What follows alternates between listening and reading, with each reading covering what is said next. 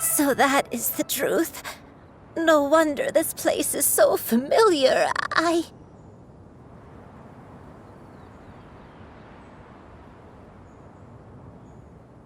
Granny! Granny, are you okay? Cloud Retainer.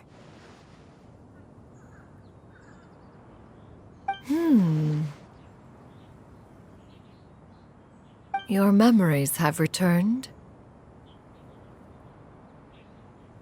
Wait, did you just call her by her full name? Does that mean...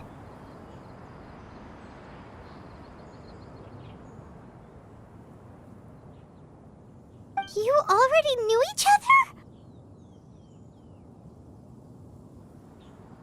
Yes, I now remember everything. Everything. Granny, please don't cry. I'm here. I'm here. Oh, don't worry, my dear child. Granny is fine.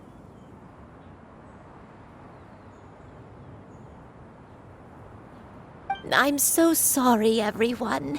You've gone to so much trouble on my behalf.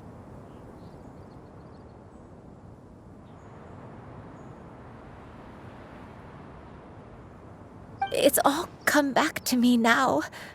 The most important thing that I had forgotten was the truth of what I once was.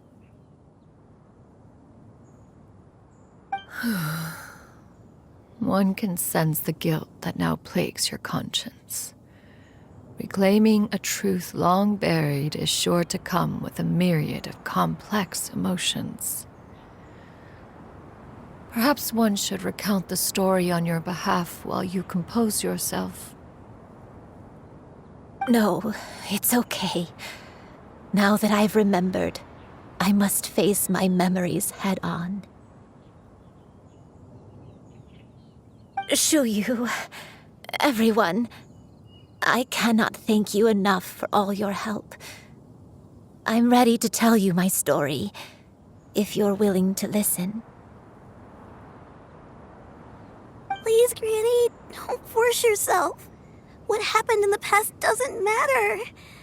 I love you more than anything. Nothing you say can change that. I know, dear child. My feelings for you are exactly the same. It is for this reason that you deserve to know the truth. Some time ago, I made a terrible mistake. One for which I could never atone. Is this the sin that you mentioned in Joyun Karst? What happened? I am, in truth, not a human being. My real form, one that I held for centuries, was that of a wild crane.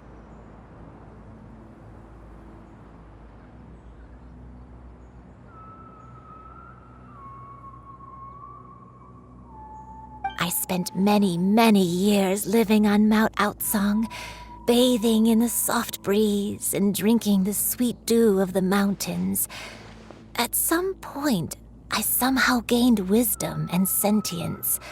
The Lord of the Mountain, Cloud Retainer, became aware of my existence and began to share many stories with me.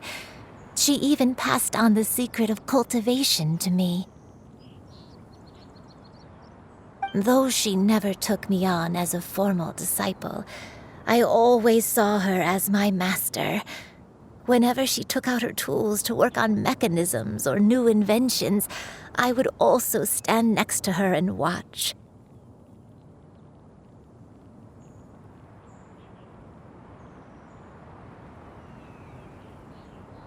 I even contemplated completing my training and becoming an adeptus in my own right.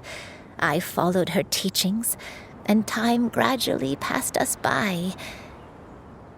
Until that fateful day 50 years ago.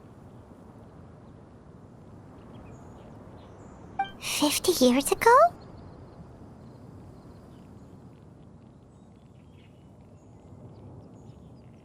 That's right. Master regaled me with many stories of her past deeds. From them, I learned how she had saved people from a similar crisis in the past. She was the one I looked up to the most. More than anything, I dreamt of becoming an adeptus like her. I wanted to travel the land like she had, relieving suffering wherever I went. But I was still far from being a real adeptus. I possessed no ability to take on human form and fit in with the crowd.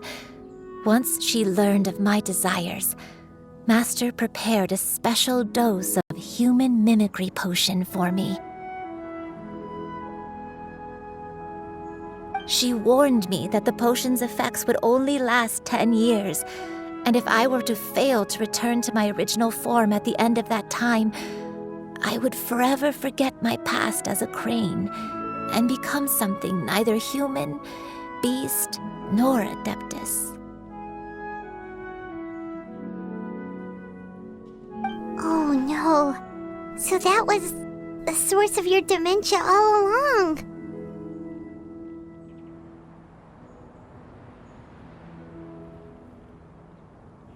Was it because of Grandpa? Indeed, I fell in love. Though he was human, he had spent his entire life training on Mount Tianheng. When we met, it was not only my first foray into the world below, but his as well. Although clumsy and impulsive as he was, you'd think he was the real strange bird among the two of us. But still, just like me, he cared deeply about the world and wanted, more than anything, to cleanse it of all pain and suffering. I could not help but fall for him. But my time continued to tick away. Those 10 years passed by in a flash. Yet I did not want to leave his side, so I...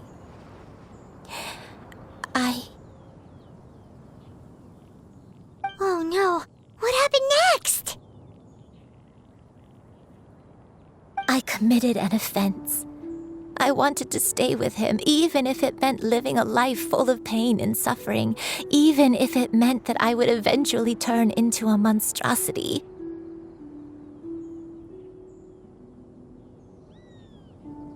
I knew I had betrayed Master's hopes, but I was too ashamed to face her. So I wrote her a long letter instead and asked someone to leave it outside her abode.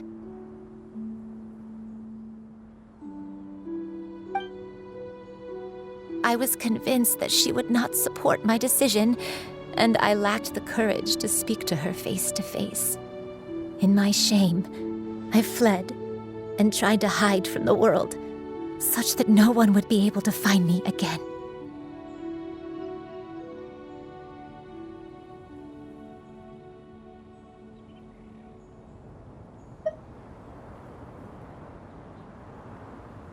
But that was only the beginning of my troubles. I began to suffer from a strange illness. My memories became hazy and confused, and I could no longer keep myself awake. I understood that my pain was caused by my refusal to return to the life I was fated to lead. Along with my memories as a crane, I soon forgot the true cause of my suffering as well. I knew only that I had committed a sin. All I could do was pray for forgiveness, even if I had long forgotten what needed to be forgiven. Looking back, I was beyond lucky to have come across that traveling merchant at Wangshu Inn. It was such a fortunate coincidence that we were there at the same time. If it weren't for those soul-revitalizing tea pills, I probably would have...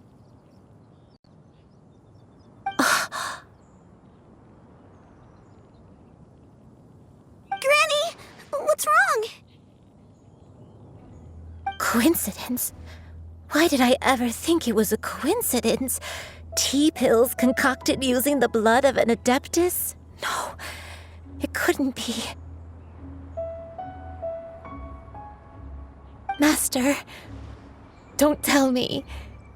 Back then, that merchant was actually...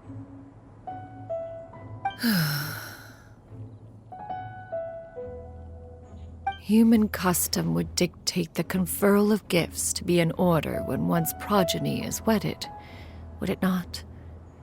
Consider the pills a symbol of one's best wishes.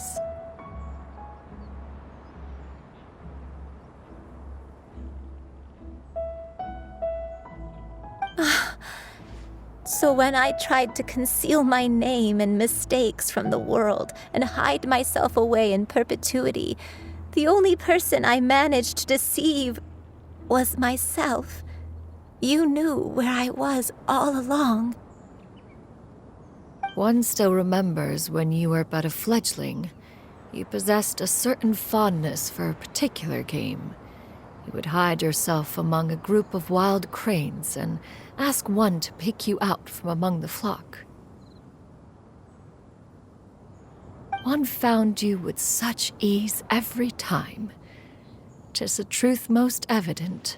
One always recognizes one's own, no matter what form they may take. Wait! Paimon's confused! So, Cloud Retainer, you found Yuendai again? But how? When? And what happened after that?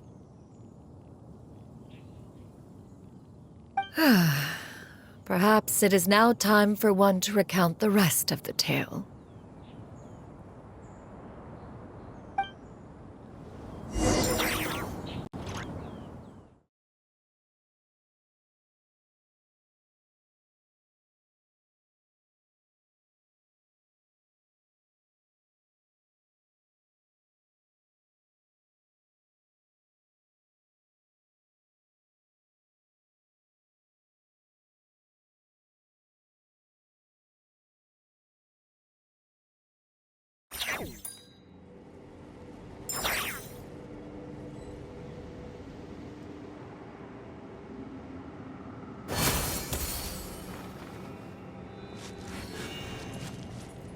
One was furious upon receiving your letter.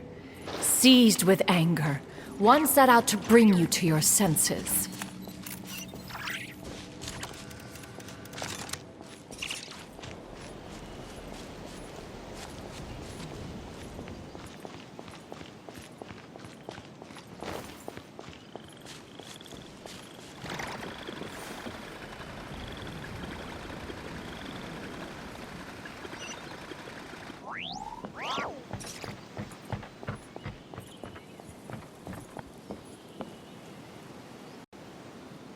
In truth, one had more than a few misgivings about your chosen partner.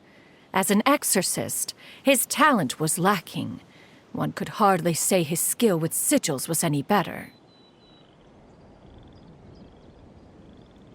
But soon, one came to appreciate the devotion he bestowed upon you during your illness. He never uttered a complaint and rarely left your side. Unwilling to begrudge someone of such character, one decided to overlook his aforementioned deficiencies, glaring though they may have been.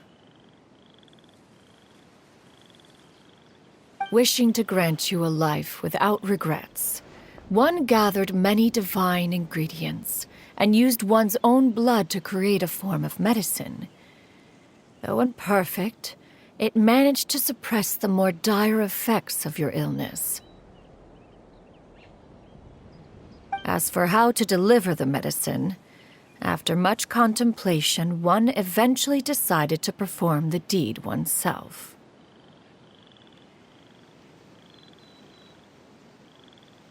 One took great care to alter one's features and select the appropriate attire.